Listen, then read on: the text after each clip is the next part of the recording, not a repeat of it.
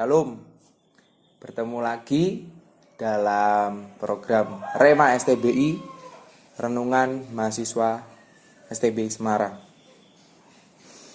Pada kesempatan pagi ini, kita akan merenungkan kebenaran firman Tuhan bersama-sama. Namun sebelumnya kita akan berdoa. Mari kita berdoa. Tuhan Allah Bapa, sungguh kami bersyukur Tuhan untuk kasih Tuhan, berkat Tuhan, kemurahan Tuhan dalam kehidupan kami, sehingga pada kesempatan kali ini kami boleh belajar kebenaran firman-Mu bersama-sama. Biar kiranya Roh-Mu yang kudus memberkati kami, memimpin kami, menuntun kami untuk kami boleh memahami kebenaran firman-Mu, untuk nantinya kami juga boleh melakukan kebenaran firman Tuhan dalam kehidupan kami. Mampukan kami Tuhan, untuk kami boleh terus bertumbuh, untuk kami boleh terus berproses. Kami menyerahkan doa kami ke dalam tangan-Mu, biar kiranya kehendak-Mu dijadikan dan dinyatakan atas kehidupan kami. Hanya di dalam nama Tuhan Yesus Kristus kami berdoa dan kami mengucapkan syukur. Amin.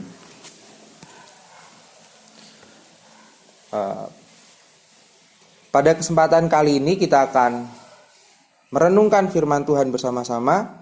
Renungan pada kali ini diberi judul Ajarkanlah Kebenaran, diambil dari Injil Lukas pasal yang ke-17 ayat yang pertama sampai ke-4.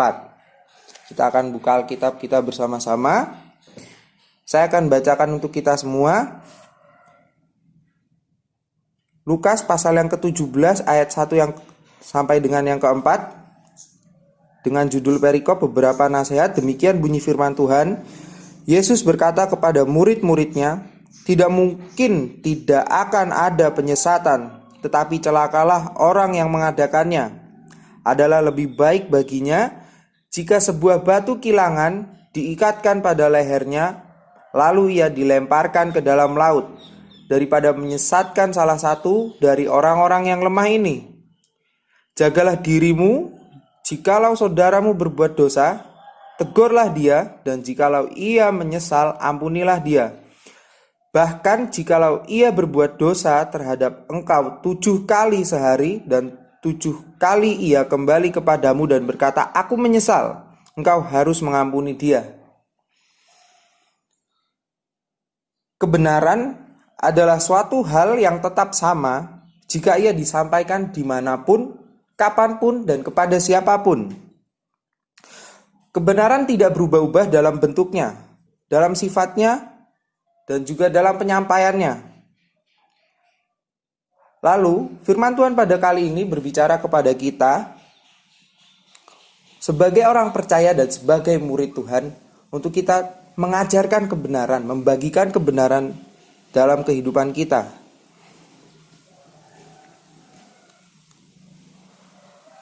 Pada masa kini banyak sekali orang-orang yang mengaku diri orang percaya, yang mengaku diri murid Kristus, namun mereka melakukan penyesatan dalam kehidupannya. Ada saja beberapa orang yang mengacaukan pengajaran firman Tuhan. Pada kali ini kita diingatkan untuk kita menjadi orang-orang yang tidak menyesatkan.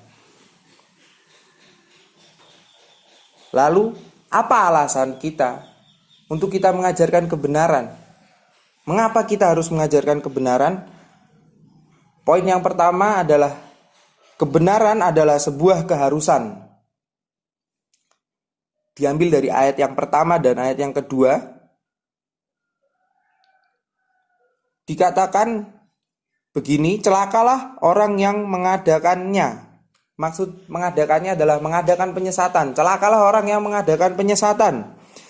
Menandakan bahwa penyesatan sangat dilarang, karena daripada tindakan tersebut akan menimbulkan konsekuensi dan hukuman yang berat untuk orang-orang yang melakukannya.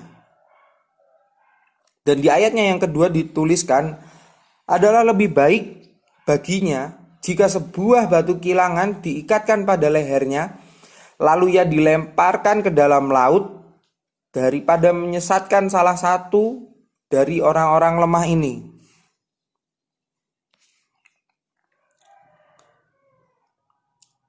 Hal ini menunjukkan kepada kita bahwa orang-orang yang menyesatkan, orang-orang yang melakukan penyesatan akan menerima hukumannya. Kenapa kita harus mengajarkan kebenaran?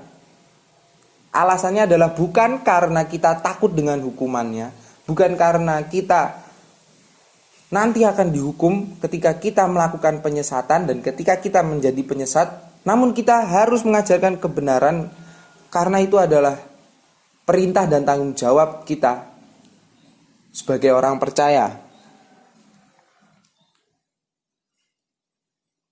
Hukuman yang diterima bukan saja dibuang ke dalam laut di sini dibilang oleh firman Tuhan.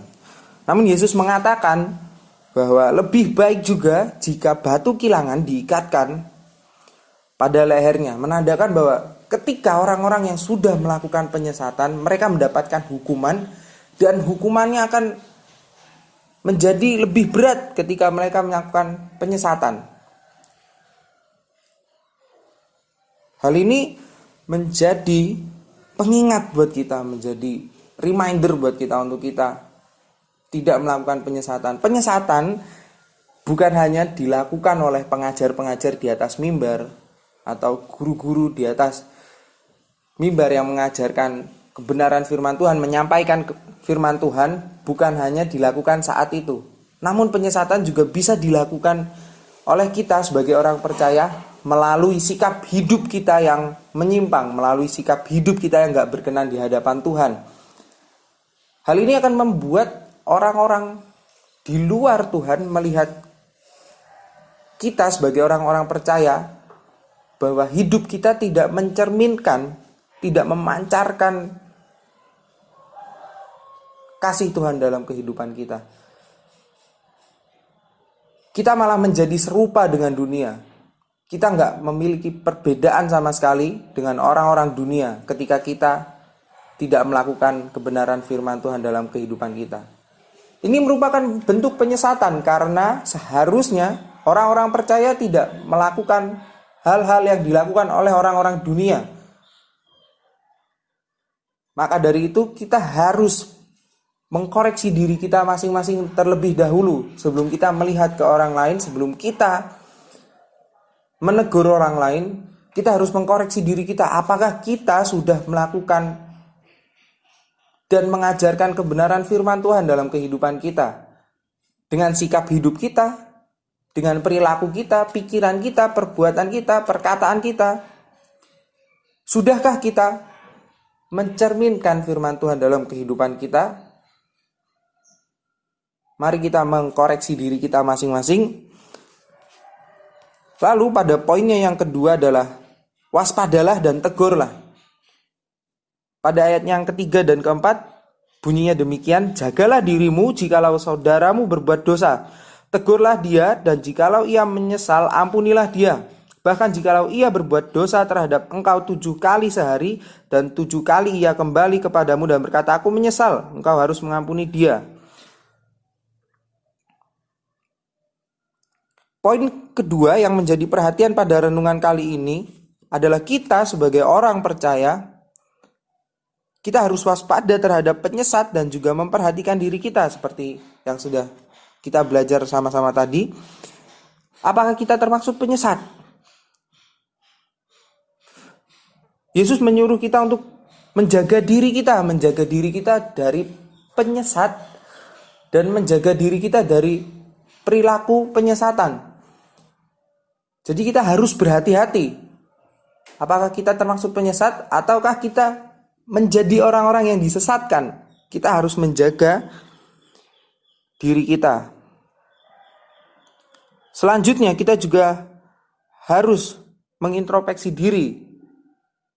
Apakah kita sudah benar-benar melakukan kebenaran, mengajarkan kebenaran dalam kehidupan kita? Dan juga ketika kita sudah menjadi orang-orang yang mengajarkan kebenaran, melakukan kebenaran, ketika kita melihat saudara-saudara kita yang sedang melakukan penyesatan dalam kehidupannya, atau sedang tidak melakukan kebenaran firman Tuhan, sedang tidak mengajarkan kebenaran firman Tuhan, kita harus dengan setia, dengan sabar, dengan penuh kasih menegur mereka. Karena di sini firman Tuhan berkata kepada kita, jikalau saudaramu berbuat dosa, tegurlah dia, dan jikalau ia menyesal, ampunilah dia. Di ayat yang keempat, bahkan jikalau ia berbuat dosa lagi terhadap engkau 7 kali sehari, dan 7 kali ia kembali kepadamu dan berkata aku menyesal, engkau harus mengampuni dia. Di sini menandakan bahwa kita harus dengan setia, kita tidak boleh jemu untuk kita mengingatkan saudara-saudara kita, untuk kita membawa mereka kepada kebenaran firman Tuhan, untuk kita mengingatkan selalu tanpa pamrih. Kita harus dengan penuh kasih terus dan terus sampai mereka benar-benar melakukan kebenaran firman Tuhan. Sebagai penutup, sebagai orang percaya, kita harus peduli dengan sekitar kita. Kita harus memperhatikan sikap hidup kita juga. Apakah kita sudah menjadi murid Kristus yang mengajarkan kebenaran, atau kita menjadi bagian dari dunia, dari orang-orang juga yang melakukan penyesatan? Karena sikap hidup kita, karena pola pengajaran kita,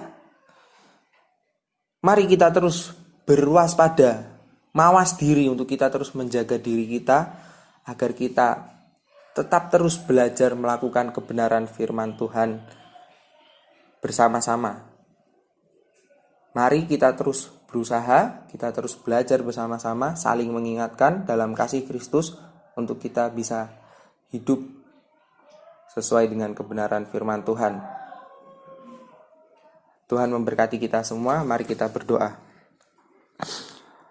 Tuhan Allah Bapa kami, sungguh kami bersyukur Tuhan untuk kasih Tuhan, berkat kemurahan Tuhan dalam kehidupan kami. Pada kesempatan kali ini kami boleh belajar bersama-sama untuk kami menjadi anak-anak-Mu yang mengajarkan kebenaran, yang melakukan kebenaran dalam kehidupan kami. Mampukan kami Tuhan dengan kuasa Roh Kudus-Mu agar kami terus belajar melakukan segala sesuatunya sesuai dengan perintah Tuhan.